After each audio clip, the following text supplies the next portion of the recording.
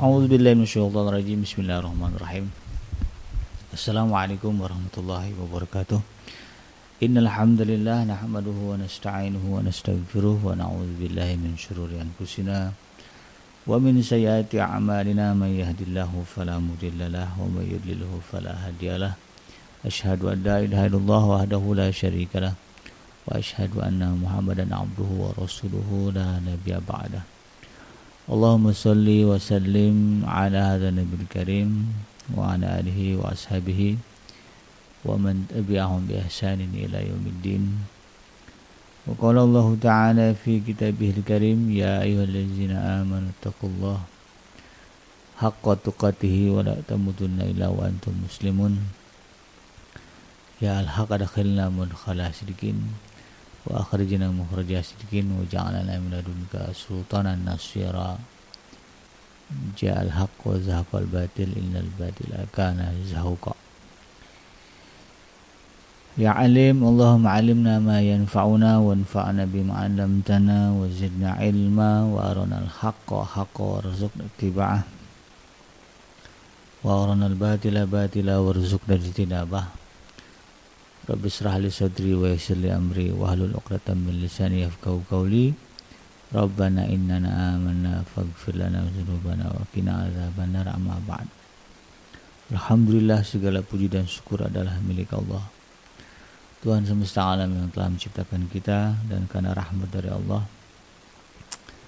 hari ini kita kembali berjumpa di channel YouTube-nya iDream TV dan juga di gelombang 1044 AM iDream Radio Successful Muslim Family dalam program Hikmah, himpunan kisah dan motivasi hidup, di mana insyaallah kita akan coba memotivasi diri kita untuk meningkatkan kualitas diri kita agar menjadi pribadi-pribadi Muslim yang berkarakter, yang tangguh, berkarakter tangguh, kuat, dan mampu mempertahankan keimanan, keislaman hingga akhir hayat, sebagaimana yang dipesankan oleh Nabi Allah Ibrahim, wala tamutunna illa wa antum muslimun, jangan kalian mati kecuali dalam keadaan sebagai seorang muslim. Nah, ini yang harus kita pertahankan, harus kita kokohkan dalam diri kita. Harapannya adalah kita termasuk ke dalam golongan orang-orang yang diberi nikmat dan di akhirat dijauhkan dari siksa api neraka, yang dimasukkan ke dalam jannahnya Allah Subhanahu wa taala dan dipertemukan dengan Rasulullah sallallahu alaihi wasallam. Insyaallah, amin ya rabbal alamin. Tidak lupa kita baca salawat dan salam. Allahumma salli ala sayyidina Muhammad wa ala ali sayyidina Muhammad. Assalamualaikum ayuhan nabi wa rahmatullahi wabarakatuh. Semoga Allah terima salawat dan salam yang kita baca dan dilimpah curahkan kepada para nabi dan para rasul, wabil khusus ya Rasulullah Muhammad sallallahu alaihi wasallam. Sahabat hadirin yang dirahmati Allah di mana pun Anda berada, izinkan saya di kesempatan kali ini dalam program Hikmah mengangkat tema yang tentang meraih predikat ibadah yang sempurna. Ini penting untuk kita pahami dan kita ketahui karena memang pangkalnya pangkal dari kehidupan kita ini adalah sebagaimana yang Allah firmankan di dalam surah Az-Zariyat, surah yang ke-51 ayat yang ke-56, di mana Allah Subhanahu wa taala mengumumkan, memberitahukan kita, mengabarkan kepada kita, wa ma khalaqtul jinna wal insa illa liya'budun. Aku, kata Allah Subhanahu wa taala, menciptakan jin dan manusia ini semuanya untuk abid, untuk abidun, liya'budun, untuk beribadah kepadaku. Jadi adanya kehidupan ini, adanya kita sebagai manusia di bumi, lalu kemudian memiliki pasangan, memiliki keturunan,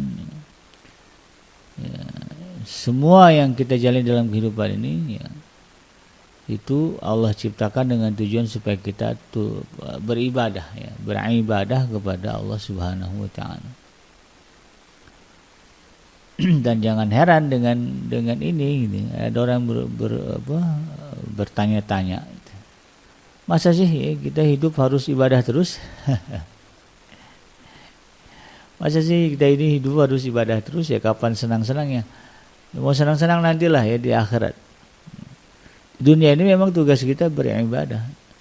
Suka nggak suka, ya setuju nggak setuju, terima nggak terima. Ya kalau manusia dan merasa sebagai ciptaan Allah Subhanahu wa taala dan berharap ingin masuk ke dalam surganya Allah, dijauhkan dari siksa api neraka, ya ini yang harus dipahami, ya, bahwa kita ini hidup di dunia memang untuk beribadah. Jadi kalau istilah ada teman-teman saya, beliau juga ngutip dari mana saya nggak tahu, tapi beliau mengatakan ya, sholat itu tujuan kita. Ya. Adapun pekerjaan dan aktivitas lain itu menunggu datangnya waktu sholat. Jadi sholat itu, ibadah itu tujuan utama dalam kehidupan sehari-hari ini. Dari pagi kita akan bangun ya, itu bangunnya kita itu untuk mengerjakan sholat subuh ya, bukan kemudian bangunnya kita itu untuk mengingat aktivitas yang lain. Tidak. Bagi seorang muslim, seorang mukmin ya, yang menyadari hakikat dirinya sebagai makhluk ya, yang disebut dengan insan, ya manusia yang diciptakan oleh Allah Subhanahu wa taala, yang masuk ke dalam ayat ini, wa ma khalaqtul jinna wal insa ya. Kalau kita sadar bahwa kita ini adalah makhluk Allah Subhanahu wa taala, manusia yang diciptakan Allah, maka bangun pagi itu tujuannya untuk sholat subuh. Ya. Bahkan kalau bicara sunnah Rasulullah SAW, bangunnya itu sebelum subuh ya, di waktu fajar ya, karena di situ ada perintah Allah juga ya, yang isinya ibadah. Apa itu? Beristighfar ya, meminta ampun di waktu sahur ya. Ada ayat yang menyebutkan wal mustaghfirina bil ashar wa bil ashari hum yastaghfirun. Mereka meminta ampun di waktu sahur, di waktu fajar. Ya, kita bangun itu tujuannya untuk itu. Ya, kalau nggak bisa bangun di waktu fajar, ya minimal bangun di waktu subuh itu. Maka yang terbetik di dalam hati kita, kenapa saya bangun subuh ini? Ya, karena memang untuk mengerjakan sholat subuh. Ya. Bukan ingin mengawali hari, bukan untuk mau kerja, ya bukan untuk mau sekolah, mau kuliah, bukan. Ya. Tapi yang harus kita sadari, ya, yang pertama kali ketika kita bangun membuka mata adalah tujuannya untuk ibadah.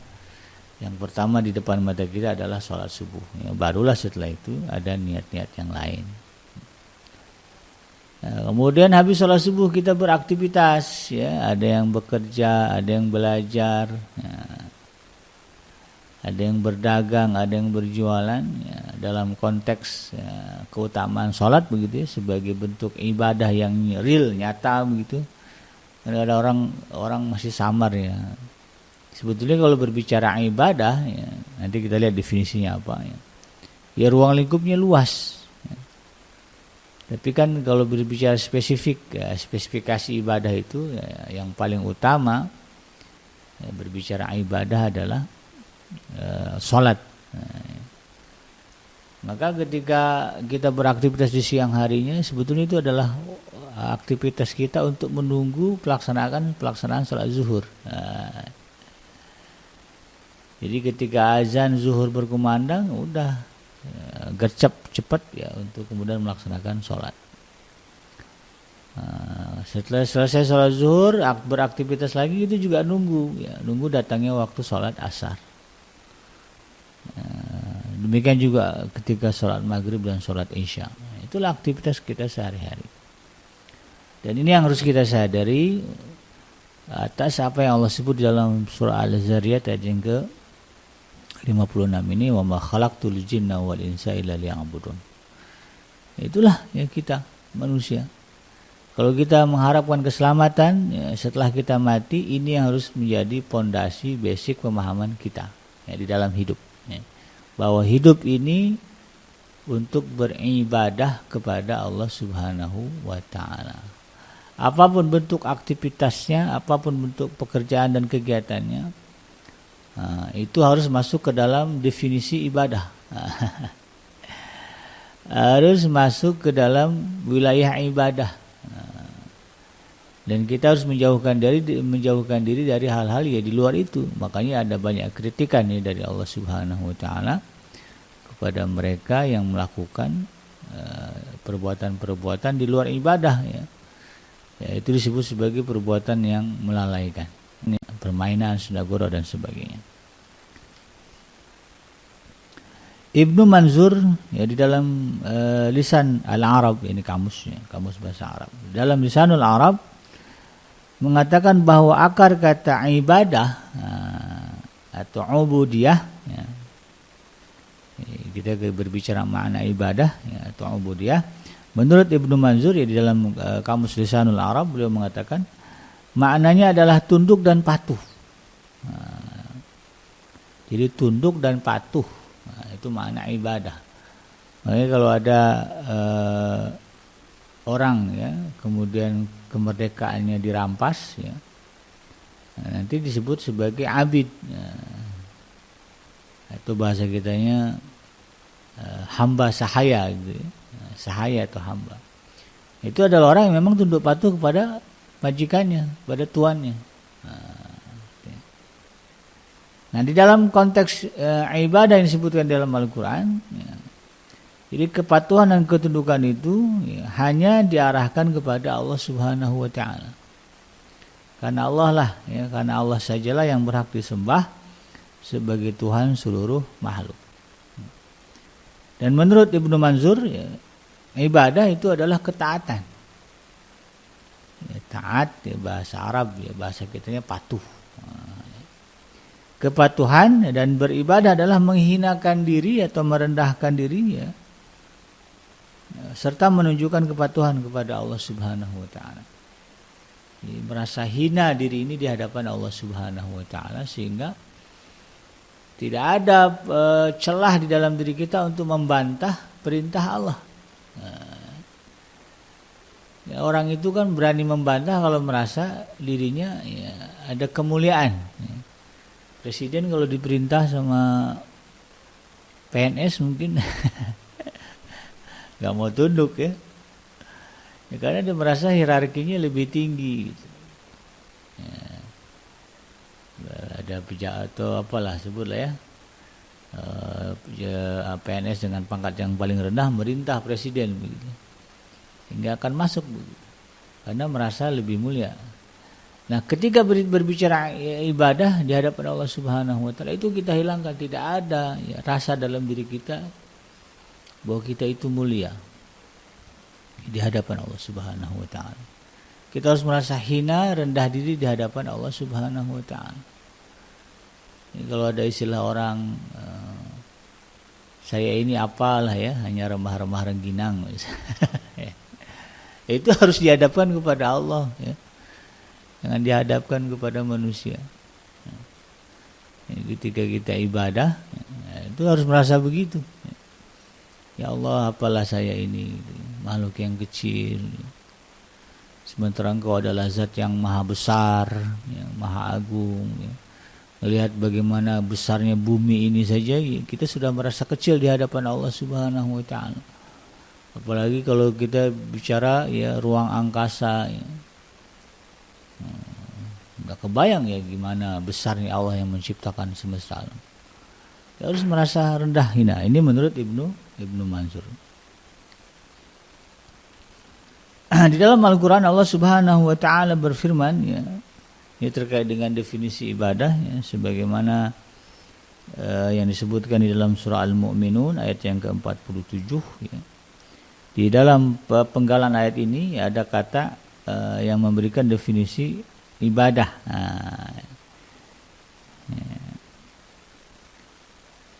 Sementara ini berbicara makna ibadah itu sendiri.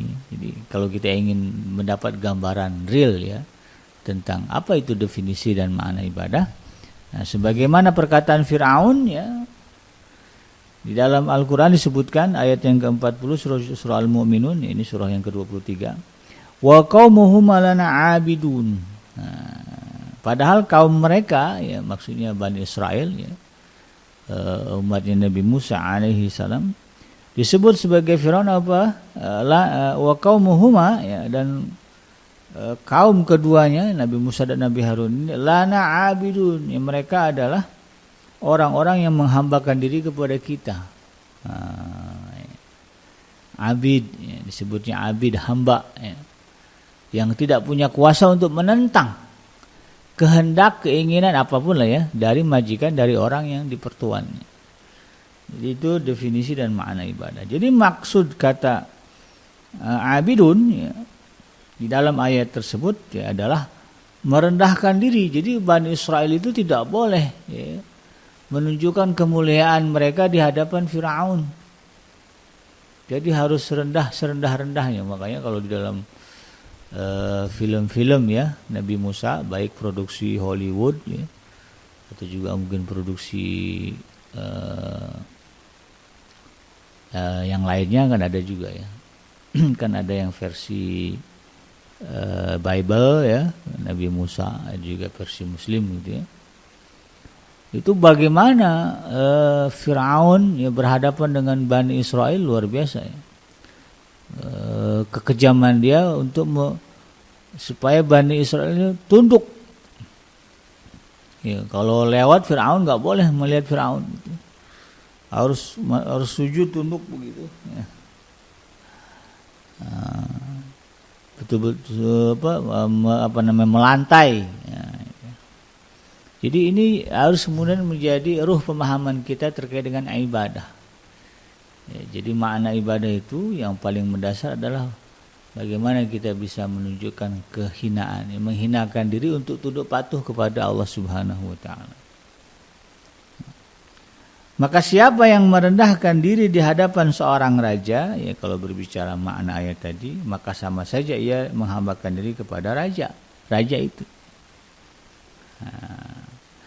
Ibnul Anbari pun juga mengatakan bahwa seseorang dikatakan menghamba, ya, jika ia patuh kepada sang tuan dan berserah diri di hadapannya serta selalu menjalankan perintahnya. Jadi ini semakin terang, ya. Nah, ini kita upaya. Ini menjadi penting ketika kita berniat dan berhasrat ingin meraih kesempurnaan di dalam ibadah. Ya. Kita ingin menjadi orang yang mampu beribadah secara sempurna kepada Allah Subhanahu wa taala tanpa cacat. Maka harus dipahami dari makna asal, ya. Jadi jangan sampai kita tunggak-tunggik, ya, bahasa orang Betawinya, artinya melakukan ini, melakukan itu, ya, yang kita maknai sebagai ibadah, tapi kemudian kita kehilangan makna dan esensi dari ibadah itu sendiri. Yang sesungguhnya adalah, kalau berbicara akar kata dari ibadah tadi, adalah bagaimana kita merasa hina, merasa rendah di hadapan Allah Subhanahu wa taala yang kita ibadahi. Jadi itu yang harus menjadi pemahaman dasar kita, ya, dalam konteks bagaimana kita bisa, ya, meraih, ya, hasrat, keinginan untuk beribadah secara sempurna kepada Allah Subhanahu wa taala. Kalau kita lihat, ya, bagaimana raja gitu kan, kalau coba perhatikan, karena saya suka itu, ya, melihat prosesi, ya, misalnya acara adat istiadat di raja, ya, ada pentabalan kalau bahasa Melayu. Justru dulu saya waktu kuliah di Malaysia itu suka baca dan lihat, ya, tentang bagaimana kehidupan para raja dan rakyatnya gitu, ya. Prosesi di raja, apalah sebut pernikahan di raja, ya. Kemudian pelantikan atau pengukuhan atau apa namanya, ya, sebut. Itu coba perhatikan bagaimana rakyatnya, ya, atau orang-orang yang ada di sekitar raja itu bagaimana mereka bersikap, ya, bersikap di hadapan raja. Itu kan, ya mereka tidak boleh menunjukkan, ya, kemuliaan melebihi raja gitu. Yang dari bahasanya diatur sedemikian rupa, ya, agar tidak menyinggung raja, ya. panggilan yang digunakan kepada raja juga panggilan yang paling tinggi dari bahasa yang paling tinggi, dan kemudian juga membahasakan diri ya di hadapan raja itu juga bagaimana nampak kita ini lebih rendah dari dia. Makanya menyebutnya hamba ya. Dia menyebut dirinya hamba kepada raja itu. Dan ini menunjukkan bagaimana sikap kita kepada orang yang kita anggap sebagai raja. Apalagi kalau kita kemudian berbicara raja yang sesungguhnya, yaitu Allah Subhanahu wa taala. Di mana Allah Subhanahu wa taala adalah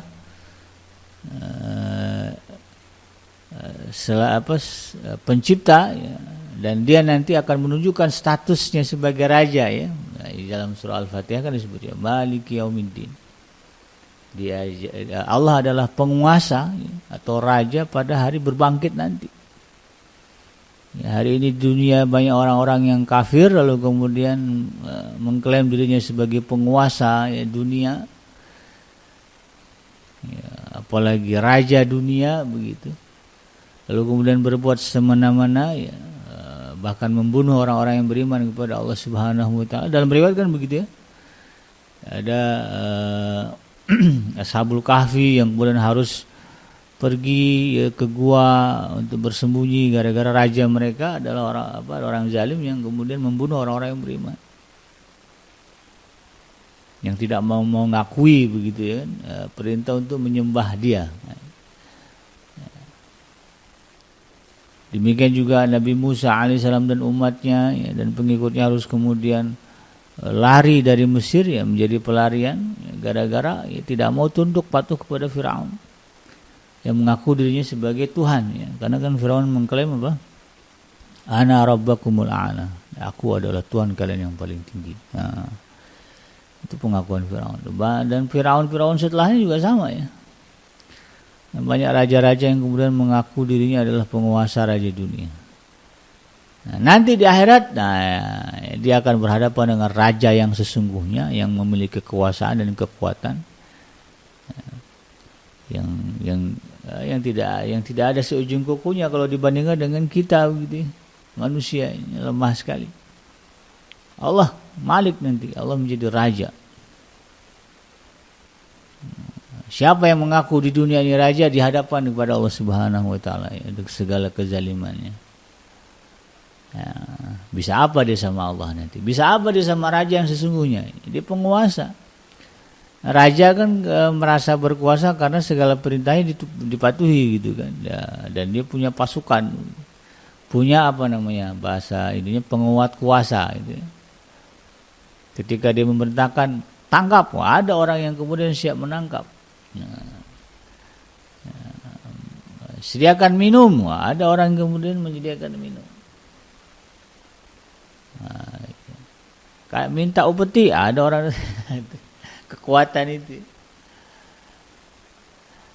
Dan ketika kemudian nanti raja-raja ini berhadapan dengan Allah Subhanahu wa taala, ya, segala kekuatan pasukan yang dimiliki tidak ada hilang. Ya. Sementara Allah Subhanahu wa taala ya di dalam surah Al-Fajr ya wa ja'a rabbuka wal malaku saffan saffa. Ya. Dan nanti Tuhanmu akan datang ya, dan malaikat berbaris-baris. Bersap-sap. Allah tunjukkan, nah ini pasukan Allah itu. Ya, karena manusia itu kan melihat merasa ketika melihat kemegahan begitu. Nanti malaikat berbaris-baris. Nggak ciut tuh ya kira-kira di hadapan Allah Subhanahu wa taala. Jadi Allah tantang gitu ya raja-raja ya penguasa-penguasa yang zalim yang di alam dunianya kemudian melakukan perbuatan semena-mena. Padahal perintahnya jelas, wa ma khalaqtul jinna wal insa illa liya'budun. Dan aku, kata Allah Subhanahu wa ta'ala, tidak menciptakan jin dan manusia kecuali tujuannya adalah agar mereka menyembahku. Ya, sebagaimana Allah sebutkan juga di dalam surah Al-Baqarah ayat yang ke-21 ya. Malah ini perintahnya direct, ya, lebih jelas. Ya. Dalam surah Al-Baqarah ini Allah Subhanahu wa taala berfirman, "Ya ayuhan nasu ubudu rabbakumul ladzi khalaqakum walladzina min qablikum la'allakum tattaqun." Hai manusia, kata Allah Subhanahu wa taala ini seluruhnya, ya. Sembahlah Tuhanmu, ya, yang telah menciptakanmu dan orang-orang sebelum kamu, agar kalian bertakwa kepada Allah Subhanahu wa taala. Jadi kalimat perintah di sini, ya ayuhan nasu ubudu, ya, kalimat ubudu pada ayat tersebut menurut para ulama adalah tunduk, ya, tunduk kepada Allah Subhanahu wa taala. Jadi maksud dari kata ibadah,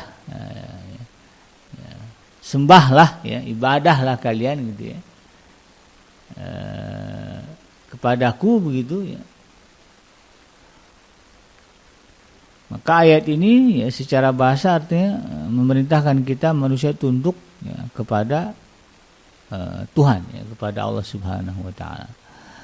Di dalam kitab tafsir, ya, di dalam tafsir dari Kementerian Agama disebutkan ayat ini maksudnya kalimat ya ayuhan nasu ubudu rabbakum dan juga ayat sebelumnya ini memerintahkan manusia agar beribadah dan menyembah Allah Subhanahu wa taala, dan perintah beribadah ini ditujukan oleh Allah kepada seluruh manusia dari mulai zaman dulu, dari zaman Nabi Allah Adam alaihissalam lahir diutus ke alam dunia sampai kemudian nanti manusia yang terakhir hidup di alam dunia ini, ya, sebelum kiamat. Ya, jadi perintah ini Allah tujukan kepada manusia seluruhnya dari zaman dulu, ya, sampai zaman sekarang melalui perantaraan rasul-rasulnya. Yang terakhir, ya, Allah utus ke alam dunia itu Rasulullah Muhammad SAW.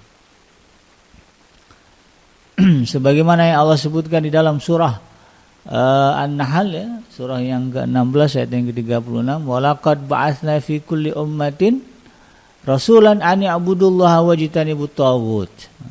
Dan sungguh kata Allah Subhanahu wa taala, kami telah mengutus, ya, seorang rasul untuk setiap umat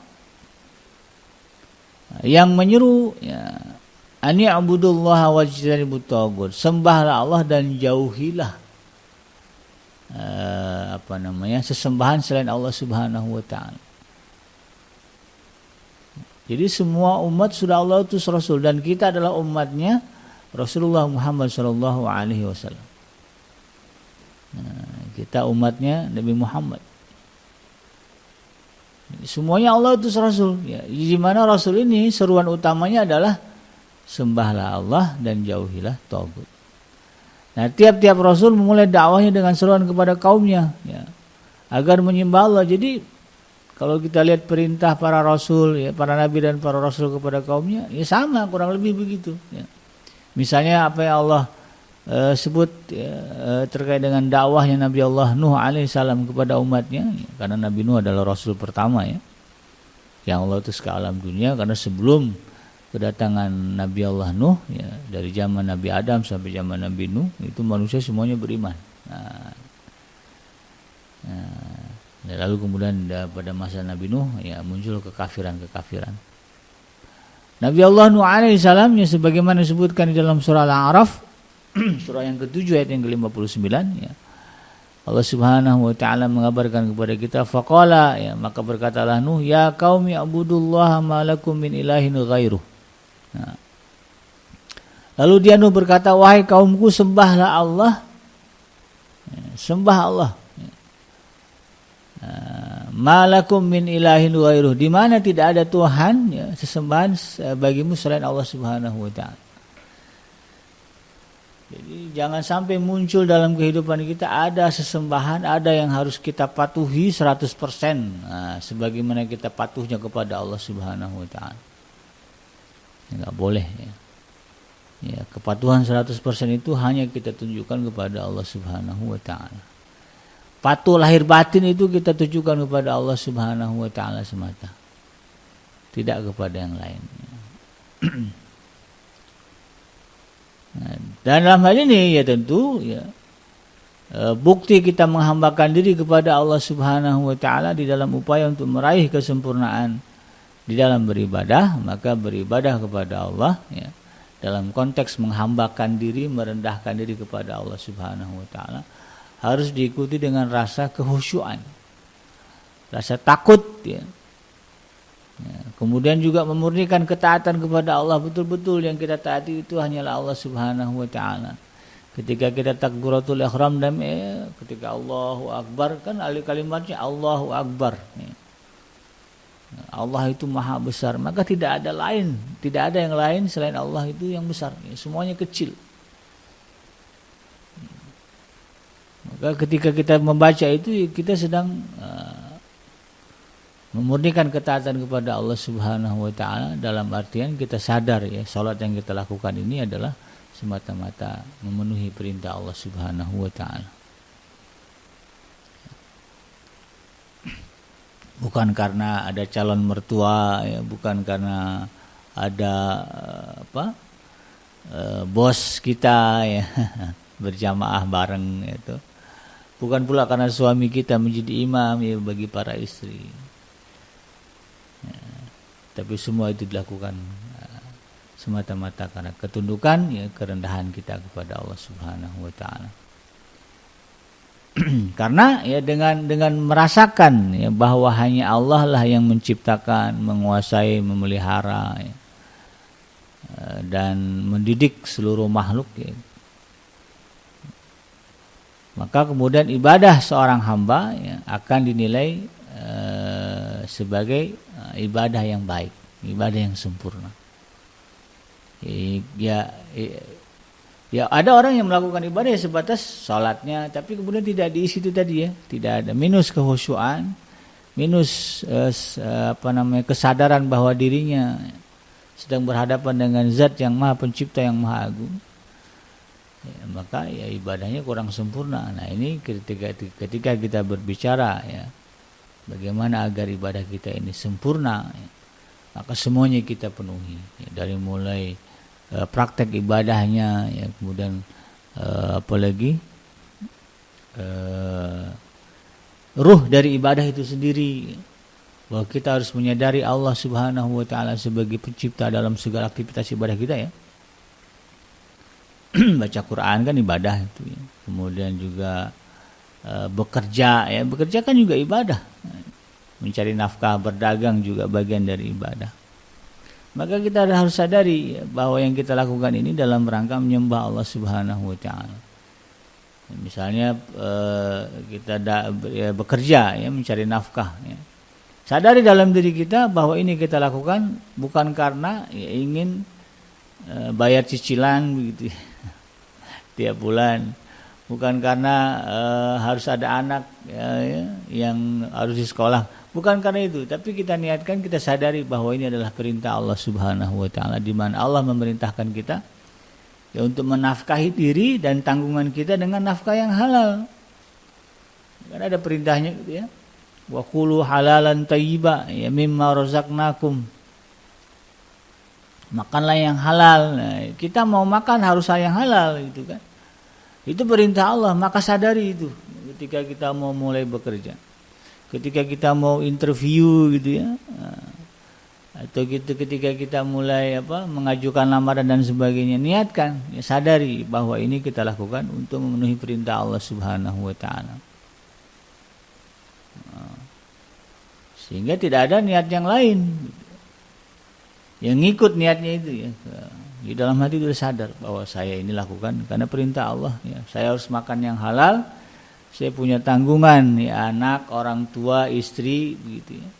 Adik mungkin atau ipar yang mereka juga harus diberi makan, dan Allah perintahkan ya, nafkah yang masuk ke dalam perut mereka, makanan, pakaian, ya, tempat tinggal, ya, kendaraan ya, itu semuanya harus dari sumber yang halal.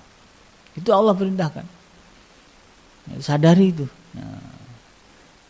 Atau mungkin anak-anak kita mau belajar, mau kuliah ya, kalau ditanya kenapa sekarang mau kemana, mau kuliah ya, misalnya mau berangkat kuliah, kenapa kuliah, nah, itu harus ada kesadaran dalam diri ya, tertanam di dalam memori bawah sadar kita bahwa ini dilakukan karena sedang mengikuti, mematuhi perintah Allah Subhanahu wa taala. Karena Allah mengatakan misalnya yarfa'illahu alladhina amanu minkum wallazina utul ilma darajat. Rasulullah sallallahu alaihi wasallam menegaskan ya utlubul ilma minal mahdi ilal hadi misalnya. Talabul ilmi fardhah ya ala kulli muslimin wal muslimat. Jadi itu disadari ini adalah bagian dari perintah Allah Subhanahu wa taala, termasuk ibu-ibu ya misalnya. Kan salah satu aktivitas yang cukup berat di rumah itu urusan kain ya. Pakaian. Bersih-bersih ya, laundry gitu. Ya, setiap hari ya harus berjibaku dengan kain-kain ya sekeluarga. Kalau di rumah itu ada 4-5 orang ya, satu orang sekali pakai baju 3 itu ya, 3 setel, bayangkan saja itu ya, dalam sehari cucian berapa. Nah ini agar ini bernilai ibadah dan menambah kesempurnaan ibadah kita kepada Allah Subhanahu wa taala, sadari ketika ingin melakukan itu, sadari bahwa ini bagian dari perintah Allah Subhanahu wa taala. Kalau ditanya sama orang, kenapa ibu nyuci kain? Kotor kalau nggak dicuci ya misalnya, nanti bau. Ini nggak ada sangkut paut dengan ibadah kalau gitu ya. Tapi kalau ditanya orang kenapa nyuci kain, ini perintah Allah ya. Karena Allah Subhanahu wa taala memerintahkan walibasaka fatahhir wasyabaka fatahhir, maaf ya, wasyabaka fatahhir, dan pakaianmu sucikanlah. Allah Subhanahu wa taala itu ya, memerintahkan kita menyucikan pakaian. Ya, kita mau sholat, ya, kita ini mau beraktivitas mau apa, ya harus pakai baju yang suci, yang bersih. Mau sholat nggak boleh ada najis di baju. Ini kan penting gitu ya. Maka Allah perintahkan baju kita disucikan. Nah ini saya sedang menyucikan baju karena mematuhi perintah Allah Subhanahu wa taala. Nah, perbuatan itu kemudian bernilai jadi ibadah di sisi Allah Subhanahu wa taala dan menambah kesempurnaannya. Nah, di dalam kitab Syarah Fatihatul Kitab Imam Ibnul Qayyim Al-Jauzi menuliskan bahwa ibadah itu sebenarnya menghimpunkan 2 faktor, yaitu puncak rasa cinta dan puncak ketundukan serta kepatuhan sekaligus. Jadi esensi dari ibadah itu adalah rasa cinta dan ketundukan. Cinta kepada Allah kemudian melahirkan ketundukan dan kepatuhan kepada Allah Subhanahu wa taala. Ini makom yang paling tinggi dalam ibadah itu apa? Landasannya adalah kecintaan kepada Allah Subhanahu wa taala. Tariq mu'abbad, ya, ada istilah tariq mu'abbad itu berarti artinya jalan yang menurun ya, atau muzallal. Jadi beribadah adalah ketundukan dan kepatuhan kepada Allah Subhanahu wa taala. Oleh karena itu sahabat hadirin yang dirahmati Allah ya, jika Anda mencintai seseorang namun tidak tunduk kepadanya ya, maka Anda belum dikatakan menghambakan diri kepada orang itu. Nah, begitu pula jika ada kita atau Anda tunduk ya kepada seseorang tanpa disertai oleh rasa cinta, maka akan sama pula halnya ya, dinilai sebagai kepalsuan ya. Bukan menghambakan gitu, kecuali kita ya betul-betul kemudian sudah tunduk ya, menundukkan diri dan mencintai orang tersebut. Ya yang mudahnya apa ya, belajarlah dari bagaimana kita dulu ya berkenalan dengan pasangan kita, suami istri begitu kan. Karena ada suami-suami yang patuh taat kepada istrinya, atau sebaliknya ya, ada istri-istri yang taat dan patuh kepada suaminya. Yang paling hebat di antara itu adalah yang dasarnya ya kepatuhan itu adalah karena rasa cinta. Rasa cinta yang besar ya kepada pasangan kemudian melahirkan ketundukan. Nah, itu yang kemudian kita giring ya, kita hadapkan kepada Allah Subhanahu wa taala. Kalau kita bisa patuh kepada pasangan kita ya, jangan ngerokok kata istri. Wah, enggak mau kita ngerokok. Kenapa? Karena saya cinta sama dia.